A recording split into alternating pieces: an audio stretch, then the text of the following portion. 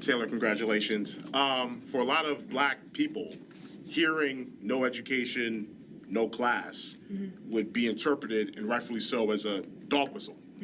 Do you believe that that had racial undertones? And for black people and black women who will hear about this and may have dealt with certain situations where they've had comments where they've interpreted it as more than just competition, what would you say to them?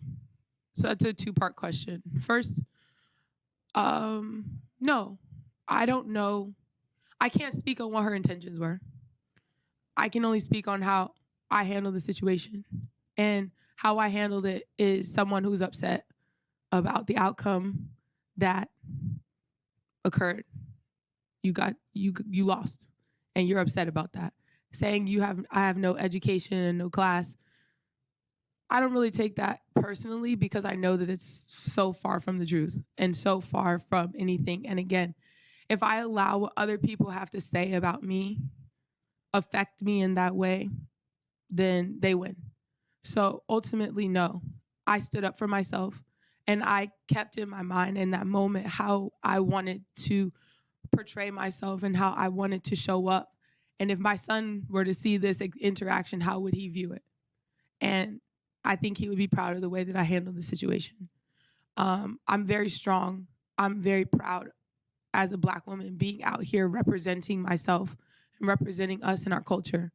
And I make sure that I do everything that I can to be the best representation possible every time that I step on the court and even off the court. So I can't speak on how she felt about it. That's something that you're going to have to ask her. I didn't take it in that way. But also, that has been a stigma in our community of, being non-educated and all the things when it's the furthest thing from the truth. And the thing that I'm the most proud of is that I let my racket talk. Because ultimately, I'm the one here sitting in front of you guys, moving on to the next round, getting the next check, moving on, being able to still be here and speak to you guys. And that's what's the most important. She's packed up and she's gone.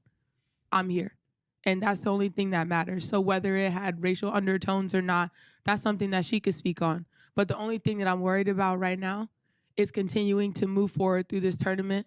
I know that I'm a fantastic tennis player, and I know that I have a lot of things that I want to accomplish. And this is another stepping stone. It's another brick that I'm laying on my foundation, or on my road to greatness, And so ultimately, whatever it is that it is, I don't take any offense to it, but I'm really proud of the way that I handle myself. And, more than anything, if my son sees that, I know that he'll be proud of me as well.